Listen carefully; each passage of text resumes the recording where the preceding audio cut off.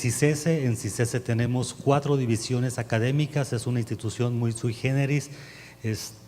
Tenemos la división de Biología Experimental y Aplicada, Ciencias de la Tierra, Física Aplicada y Oceanología. Cada una de estas divisiones tiene su propio departamento, hacemos investigación en todas estas áreas, es como si fuéramos 4 centros de investigación pequeños dentro de una gran institución. Voy a hablar un poco sobre los proyectos de investigación que desarrollo. Yo trabajo con anticuerpos de tiburón. Aquí vemos un esquema de lo que puede ser un anticuerpo de tiburón, algunos ejemplos con los anticuerpos de camello y de humano. Ustedes recordarán, estos anticuerpos son proteínas del sistema inmunológico. Esto nos defiende de todas las infecciones. Cuando vamos a hacer un trabajo con anticuerpos para utilizarlos como terapia, nosotros utilizamos esos anticuerpos para desarrollar nuevos medicamentos, ¿sí?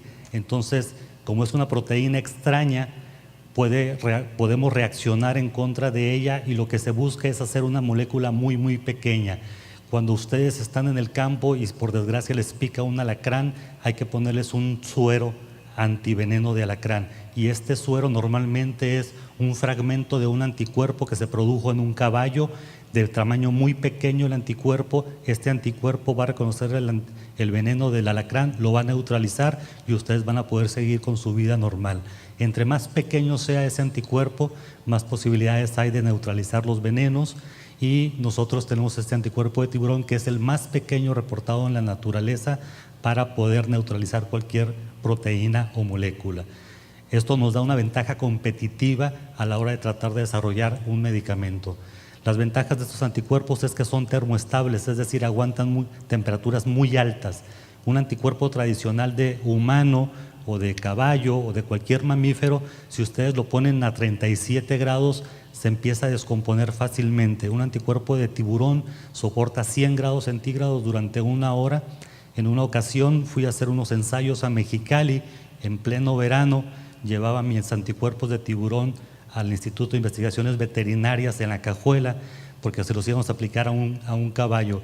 Llegué con un poco de hambre, me fui a comer evidentemente comida china, olvidé los anticuerpos en la cajuela, y cuando recordé que estaban ahí, los quise tomar con la mano, era imposible, el frasco estaba a más de 60 grados, no podía soportarlo yo sobre la mano, y dije, pues ya se me descompusieron mis anticuerpos, pero dije, bueno, se supone que son termoestables, entonces vamos a ver si es cierto. Se les aplicó a los caballos como vacuna y los caballos respondieron de manera formidable. Entonces, esto quiere decir que si desarrollamos una molécula, un fármaco, un medicamento con esos anticuerpos, podemos realmente llevarlos a zonas desérticas donde no hay red fría.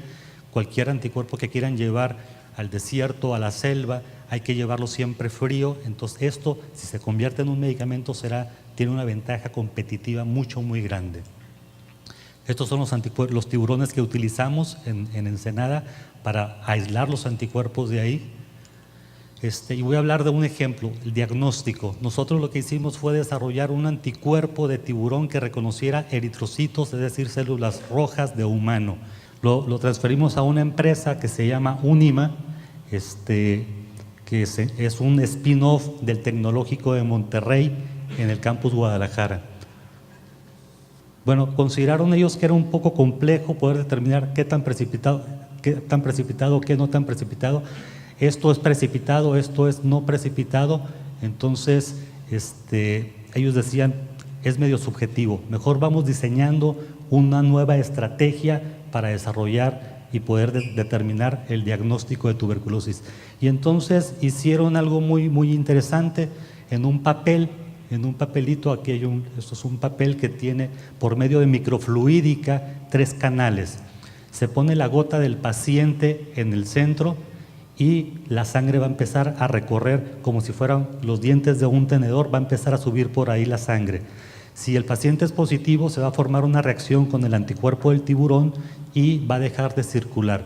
Si deja de circular, si deja de caminar la sangre, entonces es positivo. Si la sangre llega hasta arriba, entonces es negativo. De cualquier manera, esto podría ser un poco subjetivo y desarrollaron una aplicación para teléfonos inteligentes. Esta aplicación, ustedes toman una fotografía y la aplicación va a determinar si esto es positivo o negativo. Entonces ya se tiene todo un paquete tecnológico en base a un anticuerpo de tiburón que se desarrolló en Baja California, y esto, el teléfono, la aplicación les va a decir es positivo, es negativo. No necesitan de tener internet para que la aplicación funcione. Es decir, podemos ir a la selva lacandona, podemos ir con los tarahumaras, hacer pruebas, tomar la fotografía inmediatamente y la aplicación nos va a decir estos pacientes son positivos, estos pacientes son negativos. Si nos encontramos en la ciudad donde sí hay red móvil, en cuanto se tome la imagen y se determine si es positivo o negativo, se va a mandar al sector salud, a una base de datos del sector salud, donde los tomadores de decisiones se enterarán que en este momento se acaba de diagnosticar una persona más con tuberculosis, o una persona más con HIV, o una persona más con hepatitis C, etc. Si se tomó la muestra en la selva y no hay internet, una vez que regresen a la ciudad, entonces se irá toda esta información.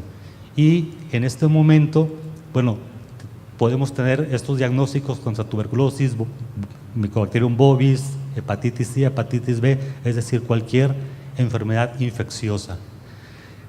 Este es otro ejemplo de anticuerpos de tiburón que desarrollamos para un tratamiento para neutralizar unas proteínas humanas. Aquí con estas gráficas demostramos que el anticuerpo es eficiente. Es contra una proteína que se llama TNF-alfa. TNF-alfa es la primera proteína que produce nuestro organismo cuando nos infectamos. Ustedes saben que cuando alguien tiene una infección, lo primero que ocurre es que se le eleva la temperatura. Si tiene temperatura es indicativo de que tiene una infección. Cuando tiene una infección masiva, es tanta la producción de TNF-alfa que provoca choques y la persona fallece. Entonces hay que neutralizar este TNF-alfa, sobre todo en hospitales donde hay grandes infecciones. Este es un ensayo que hicimos con ratones para ver si nuestro anticuerpo realmente puede neutralizar el TNF-alfa. Le pusimos una gran cantidad de antígenos de bacterias y los ratones, después de 48 horas, los que son el control, todos están muertos. Sin embargo, cuando aplicamos nuestro anticuerpo de tiburón, alcanza a sobrevivir aproximadamente el 40%. Esto quiere decir que este anticuerpo puede ser utilizado como terapia cuando tenemos una infección masiva y evitar estos efectos. Aquí hay algunas aplicaciones potenciales. Tenemos este otro anticuerpo que es contra VEGF. VEGF es una proteína que produce nuevos vasos sanguíneos, ¿sí? Entonces, cuando una persona es diabética y no se cuida, empieza a perder la vista. Después de muchos años que no se cuidó y que tiene el azúcar muy alta, empieza a perder la vista. Esto es retinopatía diabética y empieza a perder la vista porque se le empiezan a formar vasos sanguíneos atrás del ojo. Estos vasos sanguíneos se producen porque esta molécula VEGF inicia la producción de los vasos sanguíneos. Actualmente los pacientes diabéticos que empiezan a perder la vista, se les van con el oculista, con el médico, y les aplica una inyección directamente en el ojo, en cada uno de los ojos, para ponerles un anticuerpo que neutralice a esta proteína, al VEGF. ¿Por qué? Porque el anticuerpo es muy grande y si es muy grande no puede penetrar al ojo y se tiene que tener este anticuerpo dentro del ojo para neutralizar y parar el proceso de ceguera. Entonces, nosotros desarrollamos este anticuerpo de tiburón que es muy pequeño y vean, esta es la concentración del anticuerpo de tiburón dentro del ojo de un conejo. Lo aplicamos en gotas y el anticuerpo alcanza a penetrar. Entonces, si esto llega al mercado, que se tiene una proyección de que tiene que estar en el mercado en unos 4 años aproximadamente, las personas que están perdiendo la vista por retinopatía diabética o por glaucoma, de pronto tendrán 2 opciones. O vas a que te pongan una inyección en cada uno de los ojos cada 3 meses, o te pones tus gotitas todos los días, ¿sí? Aunque se supone que te ponen anestesia para inyectarte, digo, eso debe ser extremadamente doloroso, ¿no? Entonces, esto tiene un gran potencial, un gran mercado. Bueno, estas eran unas diapositivas para demostrar que se neutraliza la formación de los vasos sanguíneos, pero no se ve muy bien. Las aplicaciones potenciales, pues evidentemente es en esto que acabo de mencionar. Recordemos que cuando una persona tiene cáncer y entra en angiogénesis, en metástasis, las células del tumor se van a otros órganos y cuando esa célula cancerígena se va a otro órgano empieza a formar un nuevo tumor y es cuando tenemos un cáncer maligno.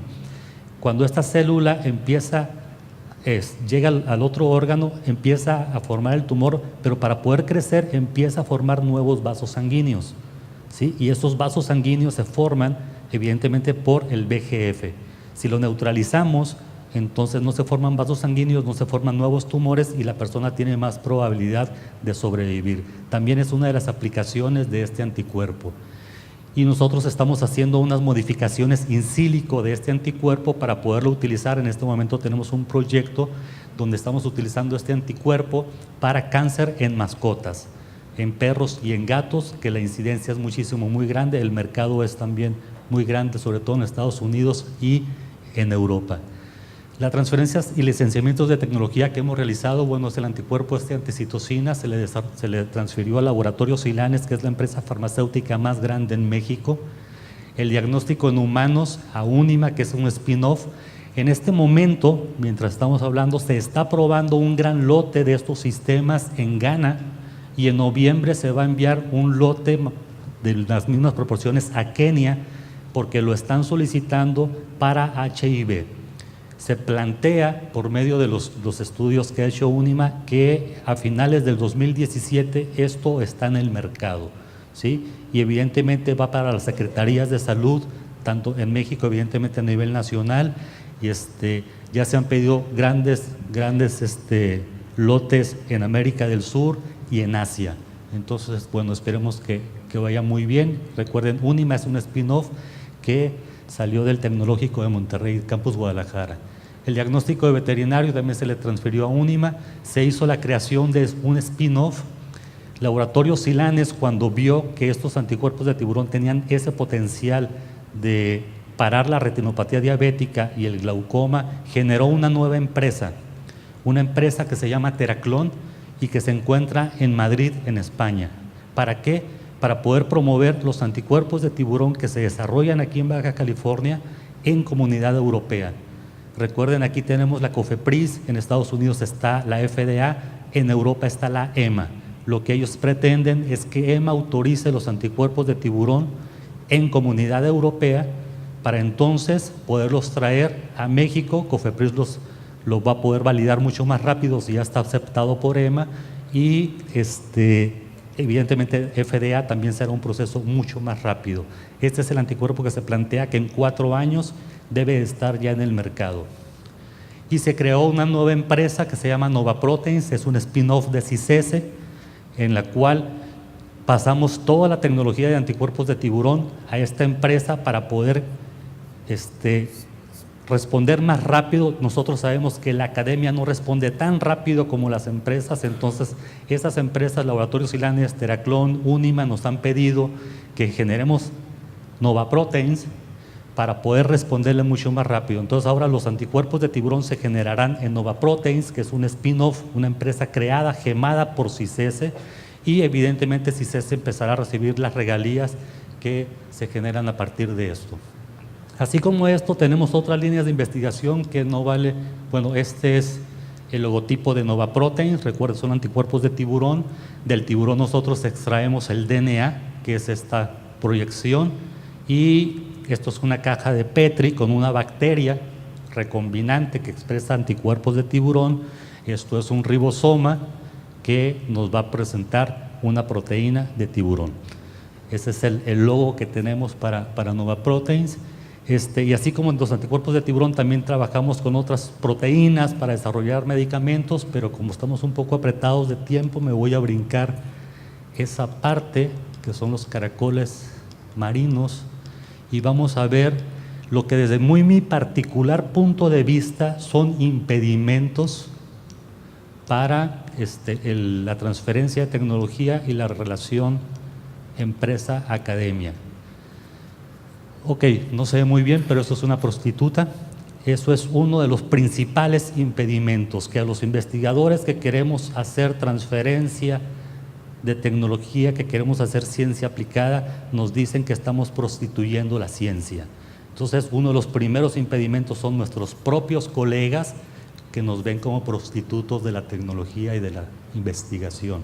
Afortunadamente, en el 2009 hubo un cambio a la Ley de Ciencia y Tecnología, la cual da certidumbre legal y no nada más nos pide, nos exige que hagamos empresas de bases tecnológicas, que hagamos transferencias de tecnología, y entonces tal vez nuestra imagen de estar en las calles ya seremos unos científicos o incluso seremos personas de negocios, ¿sí?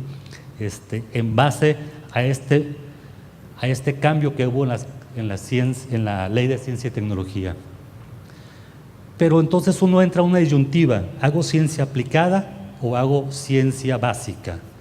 Y no olvidemos que primero está comer que ser cristiano, ¿sí? ¿Y esto qué quiere decir? Que bueno, todos sabemos, los sueldos no son muy buenos, se creó el Sistema Nacional de Investigadores para dar un estímulo a los investigadores, esto es una beca, entre más artículos tengas, vas a tener un nivel más alto dentro del Sistema Nacional de Investigadores y más dinero vas a recibir para tu bolsa.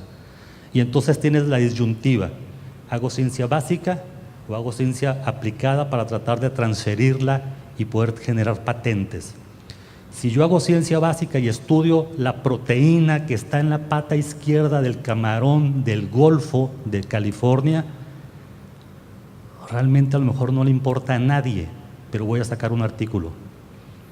Y entre más artículos tenga yo, más voy a escalar en el Sistema Nacional de Investigadores. Por otro lado, si estoy buscando una molécula que cure la tuberculosis, el que yo la busque no implica que la voy a encontrar. Y me puedo pasar 4 o 5 años en esta búsqueda y no encontrar nada. Y entonces mi producción de artículos disminuye mi nivel en el SNI, bajan mis ingresos y entonces tengo problema con mi esposa y con mis hijas, ¿no? Entonces digo, el sistema nos inclina un poco. Afortunadamente ha habido muchos cambios, ha habido muchísimos cambios, tanto en las políticas gubernamentales como en alguna visión de algunos investigadores, y esto se está revirtiendo. Esto no se ve, pero bueno, este es uno de los problemas de por qué en CICESE no se hace eficientemente esto. Aquí yo tengo marcado, aunque no se vea, lo que es la Dirección de Innovación e Impulso al Desarrollo, lo que le llamamos la DID en CICESE, que es la encargada de buscar qué investigaciones pueden transferirse, qué investigaciones se pueden patentar. Y aquí yo tengo las 4 divisiones que les comentaba hace un momento: Biología Experimental y Aplicada, Ciencias de la Tierra, Oceanología y Física Aplicada. Es imposible, desde mi punto de vista, que el personal que se encarga de buscar qué investigaciones son las más propensas a ser patentables pueda entender a una persona que le está hablando de células, de proteínas, de DNA, que es de esta división, y que también pueda entender lo que es un láser y lo que es la física cuántica y lo que es la óptica, y también pueda entender todos los movimientos telúricos, la vulcanología, los desarrollos que se hacen para medir todos estos parámetros, y a su vez pueda entender cómo la energía de las olas puede ser transformada en energía eléctrica. Es imposible que una persona pueda hablar esos 4 idiomas, ¿sí? Por lo tanto, se sesga un poco al perfil de la persona que esté ahí para poder impulsar el desarrollo de esa división. ¿Qué hicimos nosotros? Yo soy el director de la División de Biología Experimental y Aplicada. ¿Qué hicimos ahí? Bueno, en ese momento Valtierra estaba como director de la DID, platicamos y coincidimos en que era necesario tener una especie como de subdivisión. En cada división sería lo más recomendable. Empezamos por la nuestra y pusimos un traductor entre la DID y la DBA, es decir, personal que fuera científico y que lo preparamos en el área de propiedad intelectual y transferencia de tecnología, que nos pudiera traducir, que entendiera todos los aspectos científicos y que también supiera de vigilancia tecnológica, transferencia de tecnología. Se creó la Unidad de Desarrollo Biomédico, que es los investigadores que se contrataron ahí. Cuando se contrataron 6 nuevos investigadores, se les leyó la cartilla y se les dijo: mira, esta es una unidad, esto va a ser un departamento donde tu obligación, el 80% de tu tiempo, tienes que buscar una patente. El otro 20% tienes libertad para publicar artículos básicos, etcétera. Estas son las reglas del juego. Aquí tenemos que generar riqueza, tenemos que generar tecnología, tenemos que transferir para la sociedad y las empresas, porque necesitamos recursos. ¿Te gusta? Adelante. No, pues muchas gracias, busca otra institución. Y bueno, hasta el momento hemos sido exitosos. Este es el edificio, ya es un edificio de 4 pisos con laboratorios y oficinas que nos apoyó directamente la Secretaría de Hacienda y Crédito Público porque creyó en el proyecto. Y bueno, ahora estamos sometiendo al año 3 o 4 patentes solamente en esa división, que en ocasiones equivale a todas las patentes de CICESE, es el 50%. Hemos influenciado un poco en las políticas de propiedad intelectual de CICESE, le damos reconocimiento a los estudiantes en las patentes, cosa que antes no se hacía. El estudiante participaba, salía una patente y él nunca aparecía, ahora ellos aparecen y tienen derecho a regalías si esto se llega a explotar, aun cuando ellos ya no pertenezcan, ya no sean estudiantes de CICESE. Esa es una de las políticas que se implementaron. Tenemos una política en materia de propiedad intelectual en el cual se dice cuánto va a recibir un investigador si empieza a recibir regalías su invención. Esto viene ya directamente de CONACYT, nosotros no lo escogimos, ¿sí? Esto CONACYT dijo, para todos mis centros va a ser exactamente así. Si ingresa de $1 a 99,999, el 70% es para los investigadores.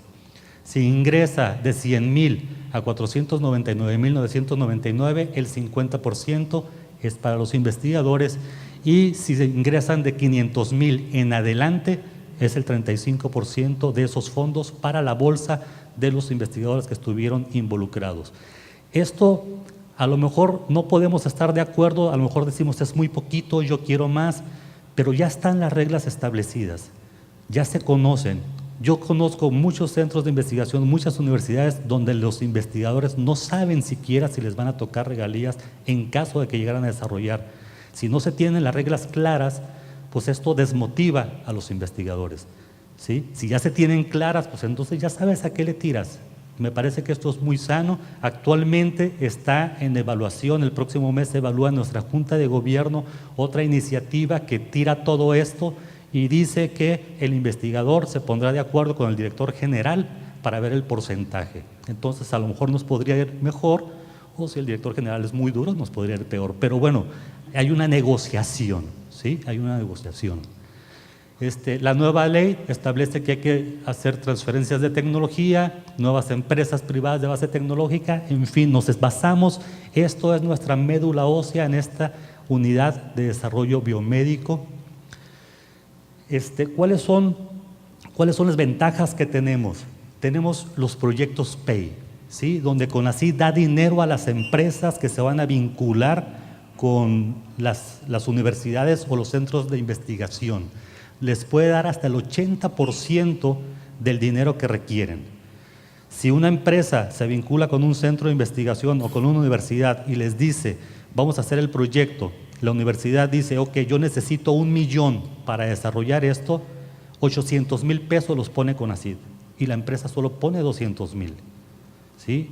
Si esto los empresarios no lo ven, pues deberíamos de informárselos, ¿no? Yo acabo de estar hace unos meses en un congreso de universidad, vinculación universidad-empresa, y se hacía en algunos talleres se decía cuál es el mayor obstáculo, y era una cosa internacional. La mayoría de los países decían es que no hay dinero suficiente, el gobierno no pone dinero suficiente, por eso no hay tanta vinculación. Y yo les decía, discúlpenme, pero en México tenemos estos proyectos, los PEI, donde el gobierno da hasta el 80%, y no es que estemos rebosados por proyectos PEI, ¿no? ¿Cuál es uno de los impedimentos? Las empresas exigen el 100% de la propiedad intelectual, ¿sí? Esto es una forma de pensar del empresario que dice, bueno, tú eres una universidad, tú eres un centro de investigación, mis impuestos pagan tu salario, por lo tanto tiene que ser gratis todo, ¿sí? No hay que olvidar que si es una investigación requiere de fondos, la universidad, el centro requiere de subsistir. Y yo no sé cómo al empresario se le olvida que el 80% pues lo está poniendo CONACYT, no lo está poniendo ellos, no es un servicio que están pagando. Esto es una colaboración, es algo que todavía no se logra permear entre los empresarios, es una colaboración, no me estás pagando un servicio. Eso es un gran problema, ¿no? Los impedimentos externos de las instituciones para esta vinculación, que no son servicios, es una vinculación. Bueno, primero se desconoce de estos programas y, como comentaba, las empresas quieren el 100% de la propiedad intelectual. Afortunadamente, nosotros tenemos al año 2 o 3 PEIs en nuestro laboratorio. Tenemos con las empresas trabajando por muchos años y manejamos una política de 50% de la propiedad intelectual para el empresario, 50% para nosotros. Y nosotros buscamos moléculas con la actividad, es decir, la empresa es dueño de la mitad de mi proteína y yo soy dueño, si CESE es dueño de la otra mitad de la proteína. Pero entonces, ¿por qué queremos 50%? Porque nosotros necesitamos aparecer como generadores de propiedad intelectual. Si dejamos que la empresa tenga desde el principio el 100%, CICESE nunca va a aparecer como que tiene patentes.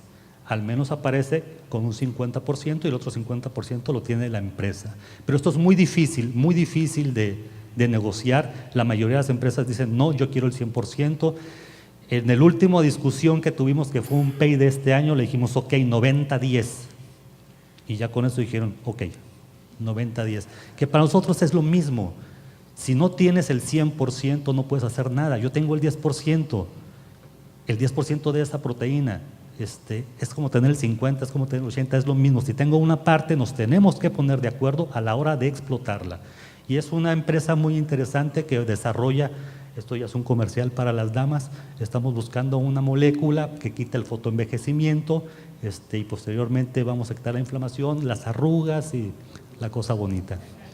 Espero que funcione. Esto es con el ingeniero Jaime Parada. Él tiene una empresa de cosmetología y estamos trabajando con él en el desarrollo de esto.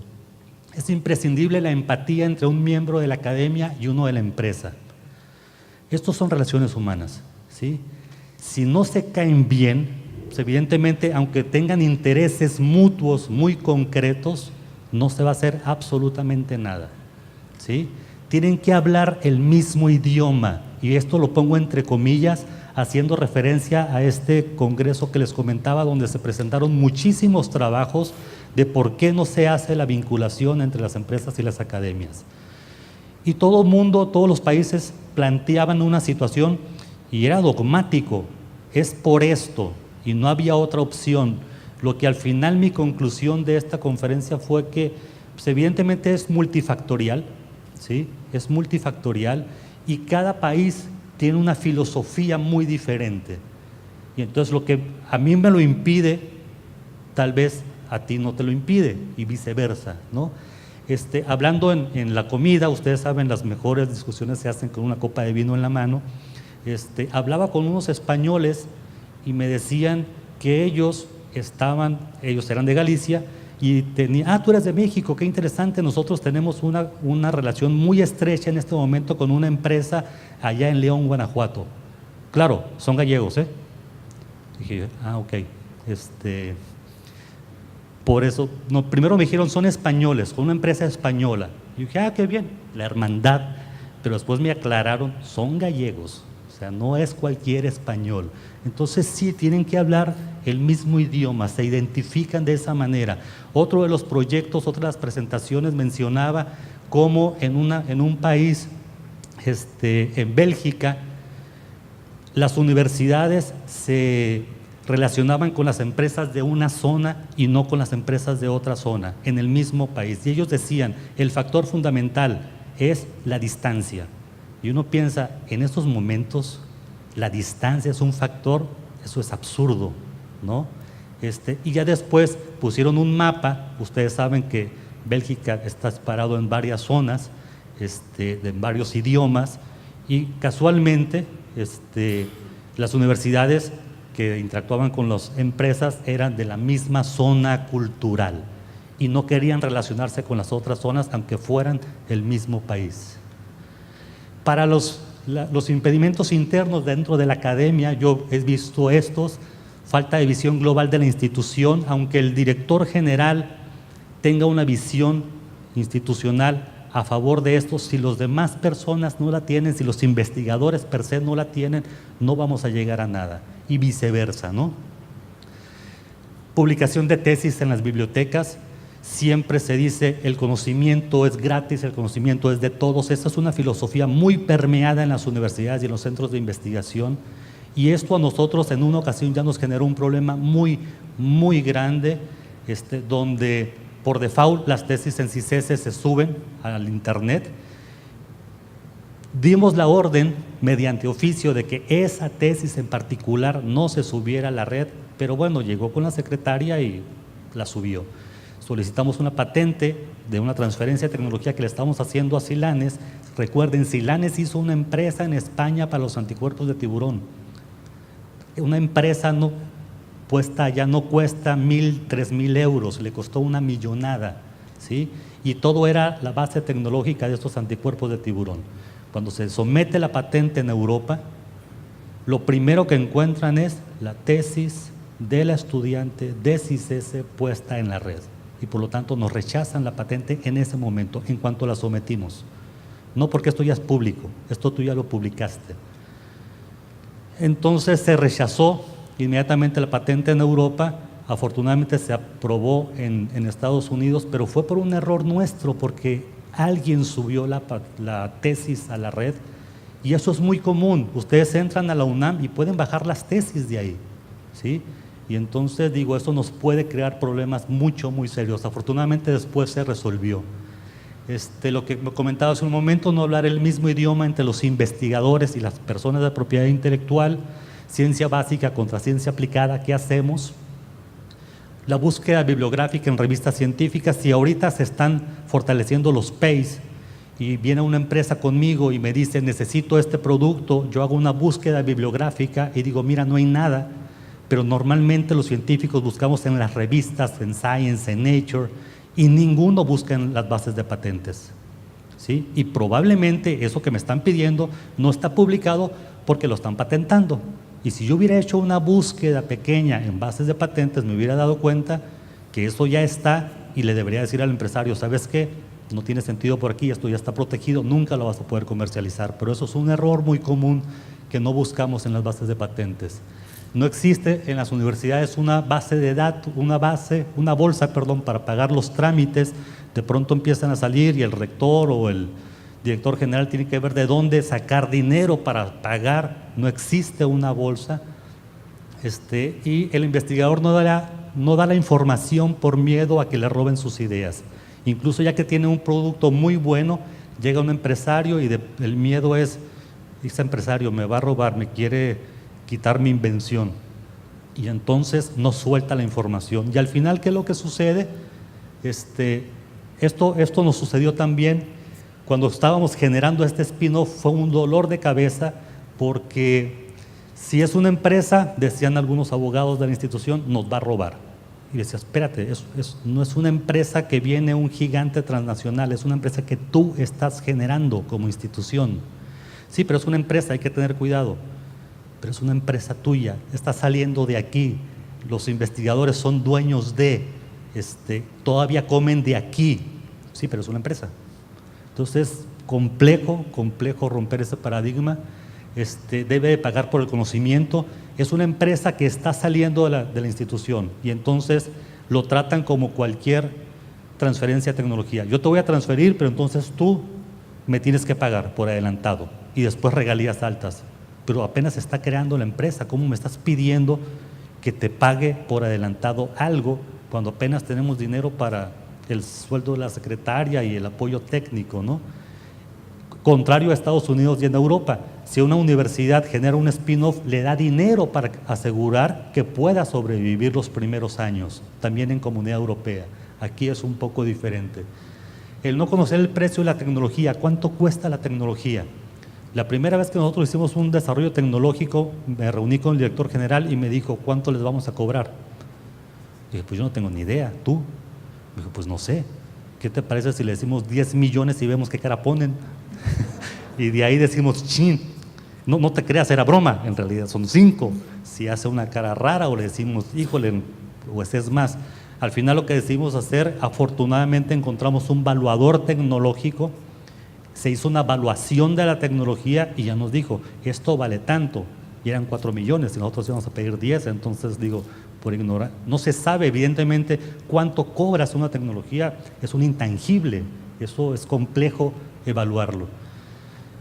El investigador no es consciente del esfuerzo que se hace para proteger algo, entonces ya nos ocurrió hace unos meses que una investigadora estaba patentando algo y después de pronto cambió de opinión, ya se había invertido una gran cantidad de dinero en la solicitud, porque además era en Estados Unidos y allá es mucho más caro, dijo, no, ya no quiero, ya no quiero y ya no quiero, ¿sí? Entonces, claro, estamos implementando políticas en CICESE donde tienen que firmar y se comprometen a que si van a iniciar un proceso, lo tienen que culminar, porque es un daño a la institución. ¿Cómo que ya no quiero? Pues ¿quién eres tú para decir ya no quiero si quiero? Esto es patrimonio institucional, pero bueno, eso no le queda claro a muchas gentes y el resultado final es que normalmente las universidades y los centros de investigación nos quedamos con el 100% de nada en lugar de quedarnos aunque sea con un 1% de 200 millones de dólares, ¿no? Porque desconocemos, porque no sabemos el mecanismo, porque es un área muy negra. Y el ejemplo de esto es Japón y Hungría, en esta misma conferencia que les comentaba, perdí la diapositiva, se hizo un estudio de la intención de patentabilidad en Japón y en Hungría, ¿sí? Tenían muchas coincidencias, 10 años de haber implementado una política de propiedad intelectual. Tenían OTTs, ¿sí? Estas oficinas de transferencia de tecnología, tenían muchas cosas similares entre Japón y Hungría.